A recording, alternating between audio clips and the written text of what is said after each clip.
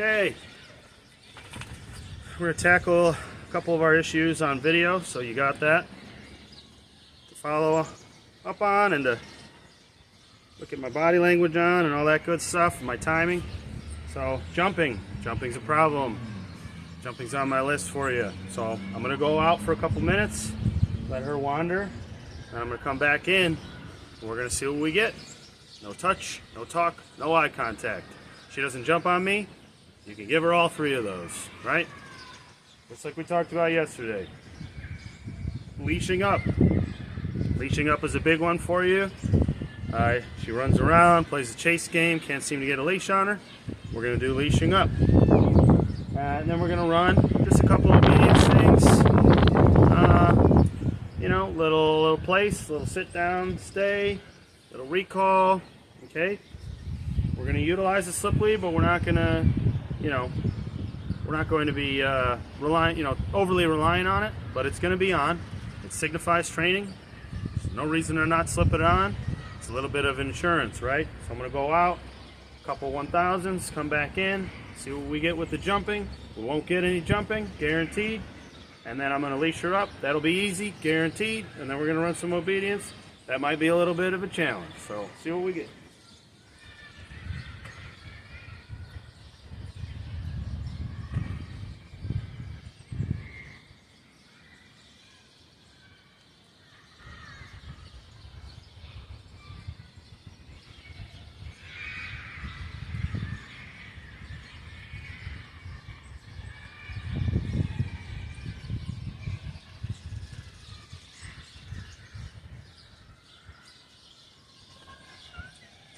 Here we are.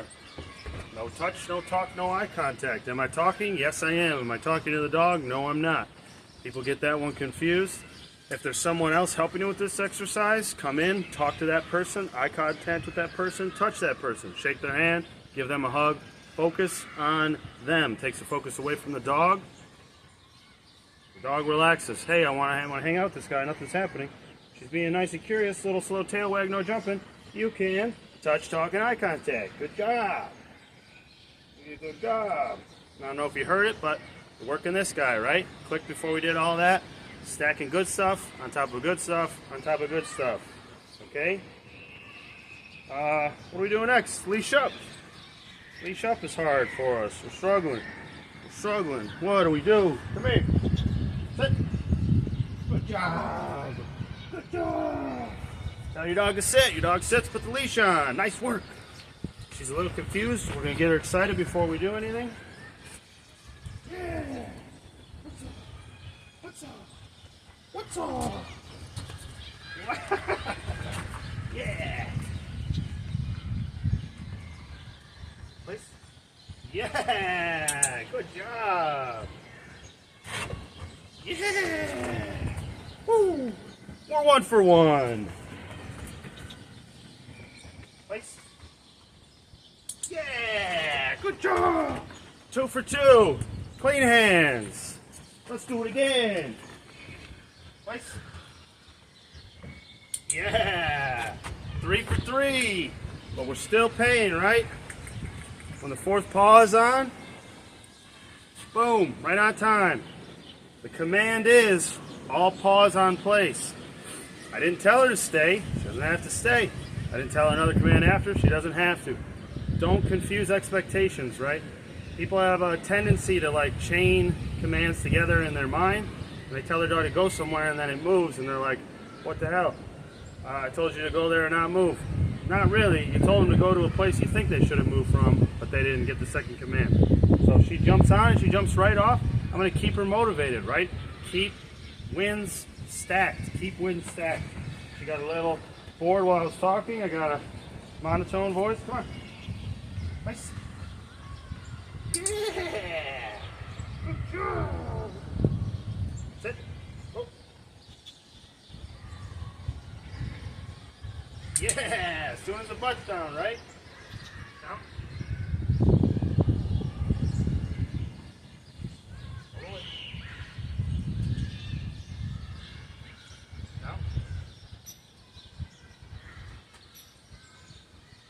Yes, good job. soon as the chest is down, right? All 4 paws. No cheating here.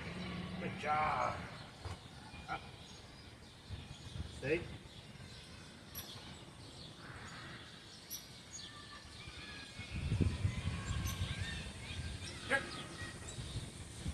Yeah! Good girl! Good girl! Good girl! Good job! You know how to do training! Yeah!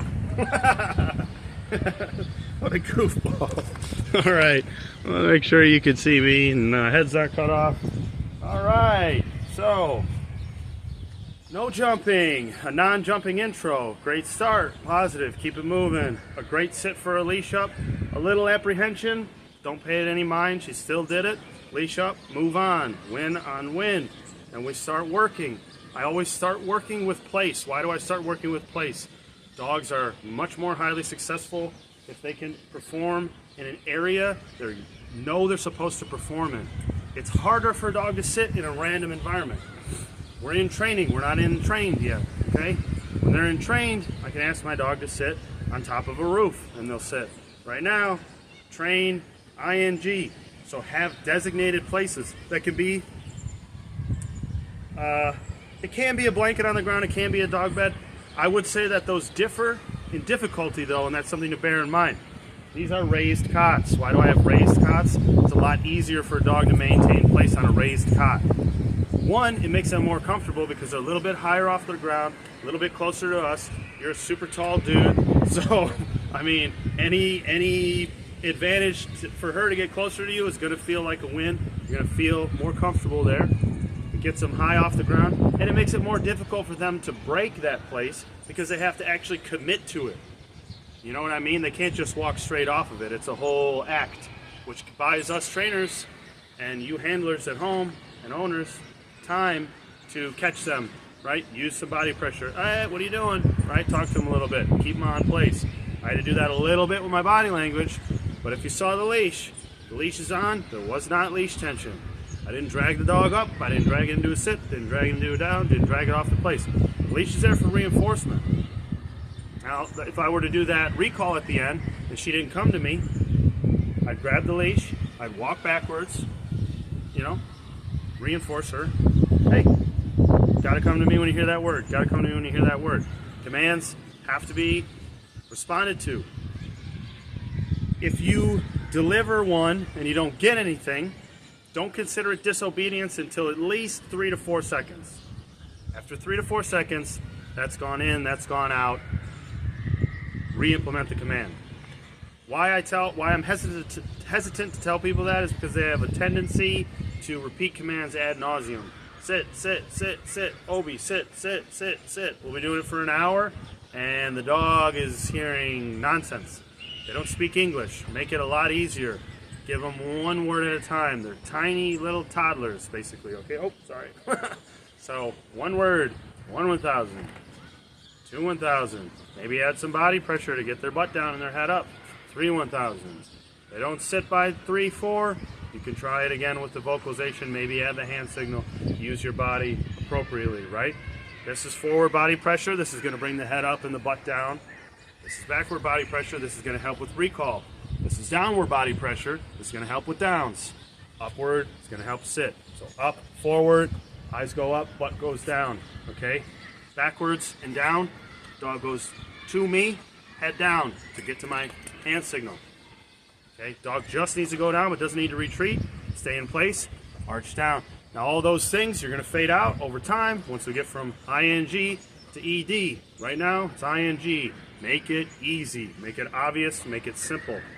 And then eventually what you start doing over the course of your guys' training career together, you slowly kind of, right? You slowly kind of back off on the posture.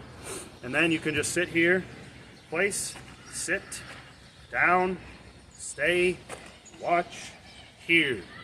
But right now, those are all exaggerated. You just start slowly fading. So if a down is this right now, in a few weeks, a down is this, right? And then it's this, and then it's just the hand. And then they're focused here. No treats. No treats. That's what we wanted to see, right? There it is. No treats. Still getting paid, though. Not a token, because tokens are returned, but still paying. Always pay your dog. What else did we do there? Place went well. She jumped off it real quick the first few times. I wanted her to have more duration on there. What do I do instead of holding the leash and forcing pressure? I just pet her longer on there. Short, simple solution. She goes, hey, this place is awesome. I get pets up here. For that matter, when you're trying to increase their love for place, try not to pet as much in the general training area. Try to hone affection into these two areas, right? Make place mean all the good things, okay? So after that, I didn't do watch. I did that in the other video, but after, usually in sequence, we run sequences while they're learning, and then we kind of, you know, scrabble them up. The sequence now is place, sit down, stay here. You can throw the watch in there randomly. That's not doesn't need to be sequenced. Eventually, that order, once you notice dogs start predicting it, switch it up. Right now, she's not. She's still taking instruction, so we're gonna hold off on the Scrabble order. So place, placed. I marked, I praised, or I petted.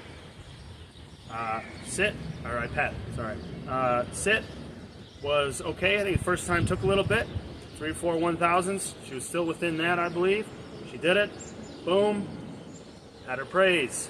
Down took the longest. It's because it's a weird one, especially when dogs are in training mode. Down is weird. Why is down weird? It's a very relaxed, very submissive posture. It's associated with what? Sleeping. That's when they're laying down the most. So they're in this heightened state of arousal, and then you go to sleep. They go, I don't really want to do that. I want to jump around and get paid more and, you know, have a good time. So maybe I even wait 5-6 seconds on that one. I don't know.